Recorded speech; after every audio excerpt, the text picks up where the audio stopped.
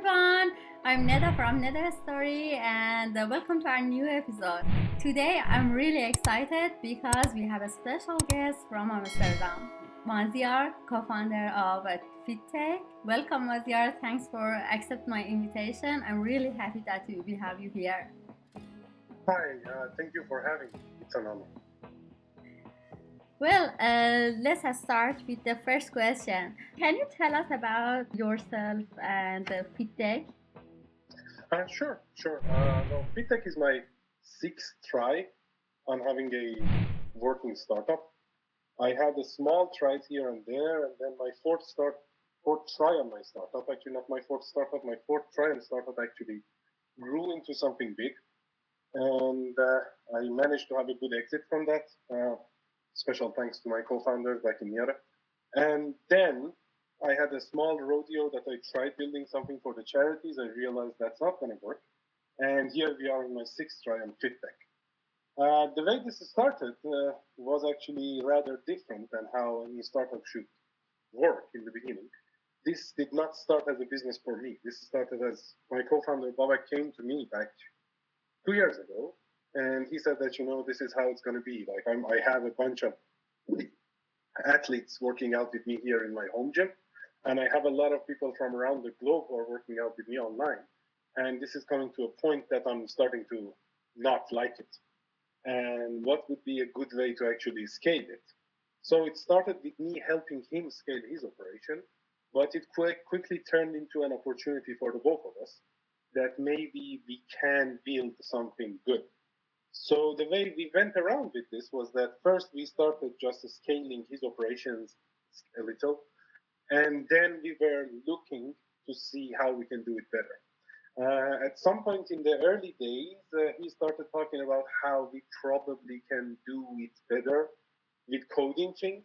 And because he's one of the not so many fitness instructors out there who actually knows how to code as well, the guy writes Python code. And well, we started looking at it from that perspective. And somewhere in the first 6 months, we realized that maybe there is a whole algorithm to what he's doing and how he's trying to fix people and their bodies. We tried around for a couple of months, and then we started getting a hold of it.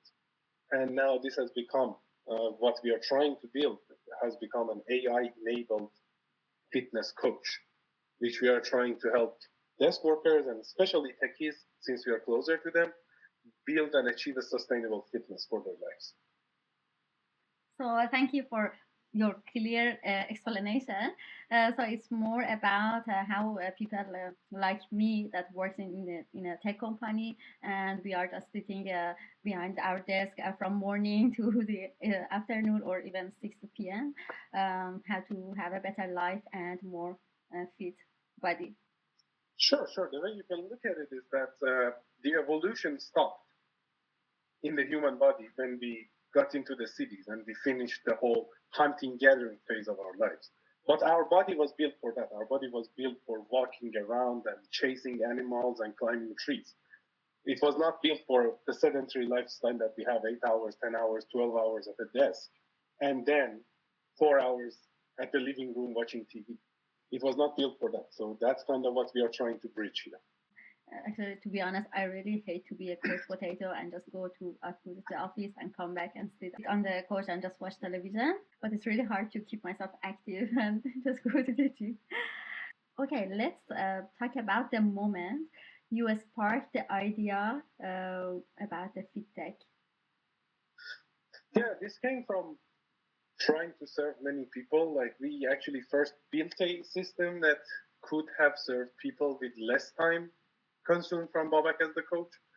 But then as we were talking this one fateful winter evening, as we were talking about how we can scale this, we came to the big question that like, okay, what is the difference between FitTech and a conventional coach? What is the difference between FitTech and a fitness app out in the market now? And then we started seeing what we are actually doing inside the system from the human point of perspective, was that we are actually diagnosing people on a nearly medical grade. Like I cannot legally say it's medical grade, but it is nearly medical. And we started based on the diagnosis from that one. That's kind of the whole core of the system that we are building right now is the diagnosis, which is like a lot of platforms out there work on the perception of the body that everybody has. Like you open a fitness app and it asks you, okay, from these three pictures, which one does your body look like the most? Like if I knew that, I would have fixed myself. And we are not working on the perception, we are working on the reality. And that's kind of the spark of the whole thing, is that we have a system working on the reality of the body and fixing the reality of the body. So that's where FitTech starts. That a customer comes and gives us two pictures, one from the front, one from the side. And then based on that, we can build what their weaknesses are, what their strengths are, and how we can fix them and move them ahead. That's kind of where the idea comes from. Oh, that's really impressive. Actually, I've done this one time about last year, and I was practicing with FitTech for about 3 months, and I really saw the result after 3 months. But unfortunately, I'm too lazy to go to the gym, and I couldn't continue as this for now. But I definitely come back again and send some pictures, send some new pictures, and start the activity from scratch. So let's go to the next question, which is really important for me. And what technology exactly you are using for FitTech? Yeah, that's the thing. Is like when you talk these days about technology, everybody is following this whole hype of AI. There's this saying that AI is just a wrapper for linear algebra, and then back in the days that I used to go to university, AI was just a wrapper for basic algorithms that everybody knew. But when it comes to technology, some of the things that we are using are actually the modern AI that everybody is hyped about, so the LLMs and stuff like that. And some of them are the older systems that are still uh, counted as an AI in the classical terminology, but not necessarily in the modern terminology. So first off, on the diagnosis, we actually abuse the older models. That we put the pictures through the older models, and when I'm talking old, I'm talking 2013, 2014 level old, not that old. That they give us back the points of interest on a human body picture. Normally, if you want to do diagnosis, if you ask whether a medical professional or an athletic professional on doing the same thing for any picture, they start marking the picture, like where the shoulder blades are, where the legs are, where the knees are, and stuff like that. And then, based on the relation between the lines that these points make, they can diagnose the body. The same follows here in the system, that we use an older model to probe the points, and then from there we build a basic heuristic system to go up. So that's one. The other one is when we are charting each person's unique path to fitness, we try to not use AI to the fullest, because that's kind of irresponsible at this point. AI is not as developed as it should be to be used directly on human body. We have guidelines for it, we have guards for it, and then we come to a conclusion that our resident coach, my co-founder Babak, actually finally confirms on it at some point. We don't give any unconfirmed messages to people or unconfirmed workouts, and the workouts have been tested before. Then it comes to the sessions and workouts. That there's not necessarily a technology needed. It's just a very simple session system. You come in, you do the workout, you say you did it, and then you wait for your rest period, then you finish the rest, you go on. There's not that much technology involved. But what we are developing right now, the two next key components to our system, the corrective exercises and the diet. We already had both on an MVP scale before, but currently we are developing both under the guise of the LLMs to help people have corrective exercises alongside their workouts, to have a faster reach to their fitness goals and to their sustainable anatomic body, and the diet to help them, eat better and eat healthier. Those we are basing on LLMs right now. That's really impressive. It's really exciting for me that how AI and technology improve and affects in our life in details. Even it can scan your body and give you a try a working out plan entirely from scratch. Yeah, it is. It is. That's how technology advances these days. It advances really fast. I'm wondering what are the main challenges that you faced so far? Oh, the main challenge we have faced so far is it's funny. It's actually having people use the technology, and not only this technology. Like when we started, we are in the middle of a fundraising round right now, and when we started doing the whole pitch deck and everything, we came to this 20% multiplier that everybody was using on how many of your target audience would actually use the technology to do what you want them to do. And back then I felt like, okay, this is just dumb. Like I'm targeting desk workers and especially techies. So probably 20% is not the case. But we just put the 20% because we were not open to having an hour discussion just about a number in our pitch deck. So we just put the 20%. We went on with the pitch deck. We have been pitching to investors, and nobody bats an eye on the 20%. And recently, we started feeling this 20%. Like I went to programmers, software engineers, and good ones in that, and they were telling us that, okay, yes, this is nice. We understand mathematically why working out with your system is good, but we do not want to work out with our phones around us. And that was by far the weirdest thing I've heard in my life. But then, as I started talking to more people about it, I realized that, okay, yes, if you are working for 8 to 10 hours sitting at your desk with your computer, chances are that when you go to the gym, you don't want to use any technology. Like you won't even use your headphones. And a friend of mine who lives nearby actually got into like a 2 hour discussion with me and tried explaining this to me. And at some point, I finally got it that, okay, you just want to get away from the technology in some hours in your life. So, yes, that has been the biggest challenge to get people to actually use the technology. When they use it, then suddenly they're happy. But some people just don't want to use it, and I fully understand it now. It was weird back when I heard it first. Now it's really understandable.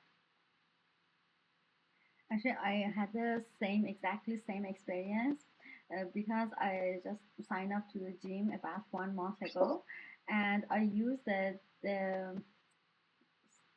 similar plan that you gave me before with through FitTech because I remember some of the stuff that I was doing at that time, and just I put my phone into the locker and just did some exercises without any phone. And surprisingly, I really had a better feeling after finishing the program because about 1 hour I didn't see any screen, I didn't see any notification, any request from nobody, and it really helped me to relieve, and it was like a resting for an hour. Yeah, Yeah. yeah, I know. That's the thing is like for me, I have that rest in a separate time of my day. Like I have understood the need of this before, understanding the need of the workouts. And I've had like an hour, 2 hours on daily basis just away from everything, an hour normally now, and a longer time on the weekends. So I really don't need that one extra hour that I have in the gym for this. But yes, as life gets crowded, I do understand that some people tend to use that 1 hour for two purposes: one, working out, and the other, getting away from the screen. On the other hand, I've seen lots of teenagers and people in 20s that they always use their phones to getting working plan or hearing the music. But I don't know how finally you fix the problem. Yeah, at this point, you're not planning to fix it. At this point, you're planning just to look away and appreciate the 20% number, and just lean on the 20%. That probably at some point in the near future the number grows, but at this juncture we understand that probably out of 5 people that we approach for FitTech, 4 of them have different reasons not to work out with FitTech, and that's understandable. That's really bad for the business at this point, but it's something that we can fix down the line. It's not really that important to fix it right now. Mm. But overall, based on my observation in the gym, uh, I think more people that are going to gym uh, use their phones. Actually, it's like Yeah, 80% use their phone, 20% don't prefer to. yeah, but there's a small problem with that observation is that those are the people at the gym. Yes. So that they are not necessarily a good subject to be generalized for the whole society because people who go to the gym are the tryhards of the society. Yeah, that's a good point. But yes, actually, your observation fits our case anyway. So yeah, it works for us. Next question is a little bit challenging, but I'm sure that lots of people want to know more about this. So, my question is, what's your take on the ethical use of health data in fitness tech?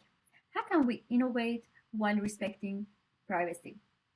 Oh yeah, yeah. Regarding this question, I'm not necessarily as qualified as I should be because like I didn't major in law and I don't understand law as much as I should, even for a founder. But I happen to have a very, very, very, very good level student on my side here in FitTech, which we enlist the help of.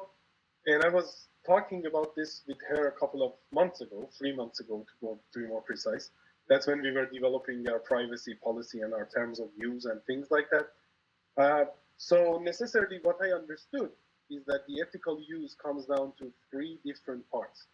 The collection of the data, the autonomy of the person giving the data, and the security of the data after the collection. Uh, so first things first, when it comes to fitness tech and wellness and health in a broader general sense, the collection of the data is probably the most important aspect because it might get really easily out of hand and we start collecting more data than we need. And that's kind of where the first ethical barrier is, at least for me, and as I understood for the other entrepreneurs here working in the Netherlands, in the health sector, in the fitness sector, and the wellness sector, is that we should not be collecting more data than what is required. Like in our diagnosis system, we do not work with the weight and the height of the people at this point. Our next diagnosis system works with it. So when we go to the next system, we start asking for the weight and the height. Beforehand, now that we are not using it, there's no reason to ask for it, keep it, or anything like that. That's one. The other one is the autonomy of the user providing the data. Sometimes it's better to tell the user again that you know you're providing some very seriously private data here.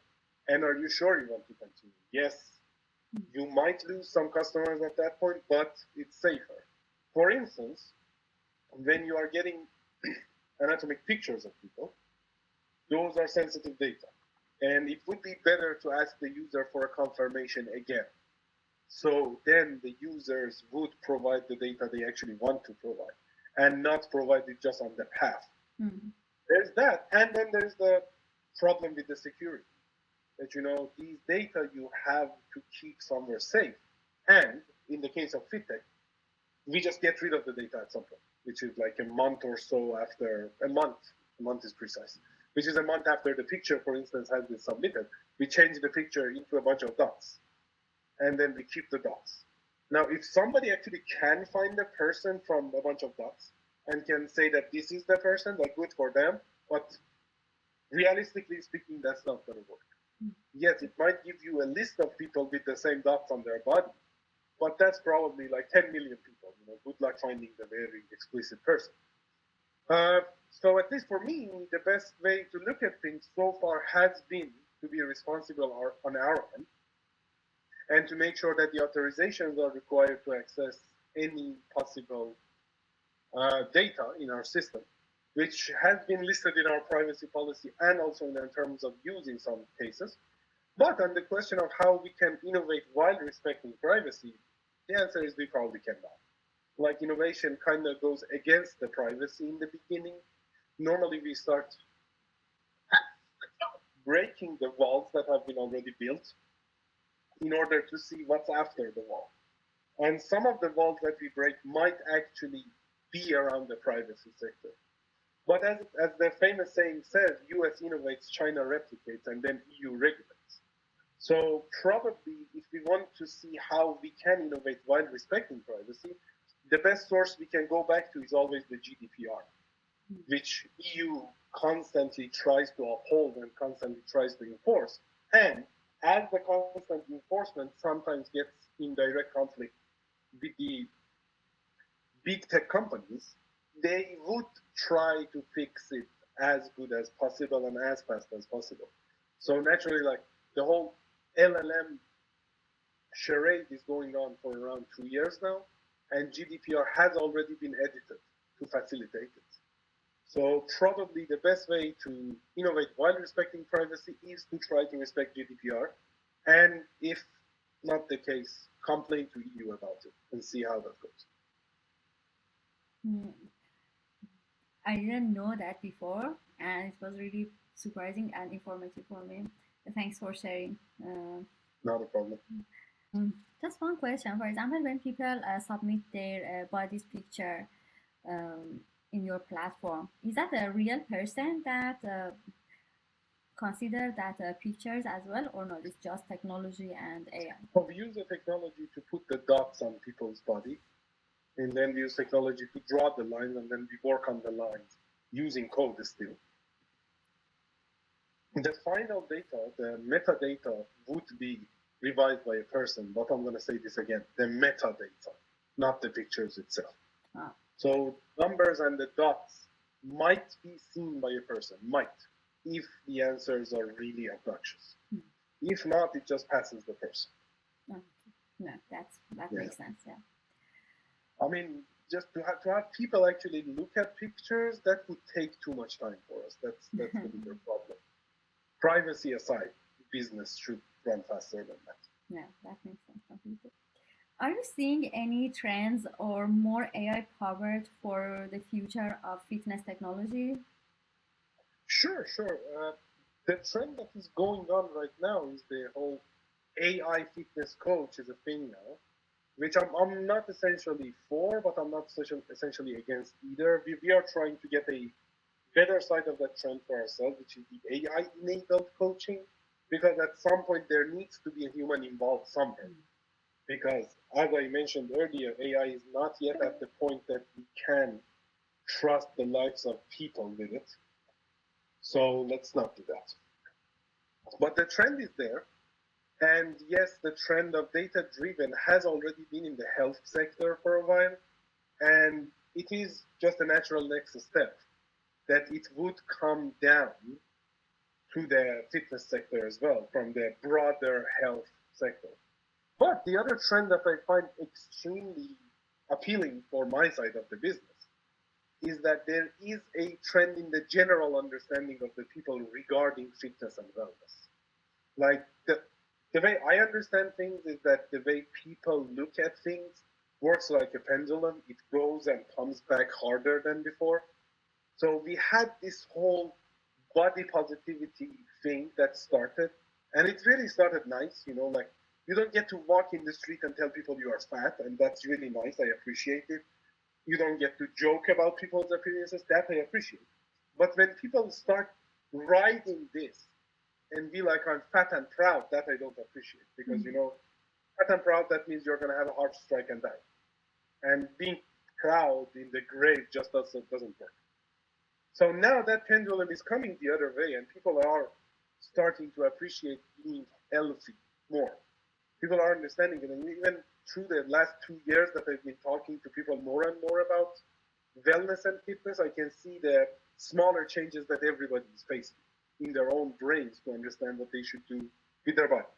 And that major trend I actually appreciate a lot, because it puts more people at the point of being a good customer for the wellness and fitness industry. And that will change their idea on how to use this. These people were all valid customer for the health sector before, because they did not work out, they did not eat healthy, so at some point they had problems with their heart and they needed a surgery. Now in the next couple of years, chances are that some of these potential customers of the health sector would move down to a smaller sector, our sector, the fitness and the wellness, and that I would appreciate a lot. That's really nice analysis. So let's move on to the next question. What advice would you give to early stage founders to build something impactful in this new era of AI? Yeah. The best advice I can give them is to not listen to my advice and not listen to anybody's advice in general, because this whole era is something new. It's not like we are still in the SaaS era or we are still in the early .com bubbles and stuff like that. No, this is something new. So you can listen to people's advice, but you can always take them with a grain of salt. Some things have been in the world of business for longer than we have been, for longer than our generation or the previous generation have been. And those things, they are the general advices of business. You can get it from everybody. But other than that, chances are that the advices of people who built a company 5 years ago, 10 years ago, is just invalid right now with the new thing. So it would be better if they could just get around, go to places where other founders are, go to the meetings and listen to other people. Add a grain of salt to it and then take all the advice and see what fits them best. Yeah, that makes sense. I almost did the same thing when I was a bachelor student. I went to lots of events and just listened to founders and successful people speech. Okay, Maziar. And for the final question, is there any influencers or blogger or YouTube channel that you always check them out? For business, not that I follow anybody specific. I tend to search for what I want in YouTube and find people who are talking about that and just listen and watch the last things they made and get what I want from them. But what I like the most from the channels that I see on YouTube, there's this one channel that I'm really hooked on for the past couple of months. It's Kings and Generals. And I appreciate the amount of historical content that they put.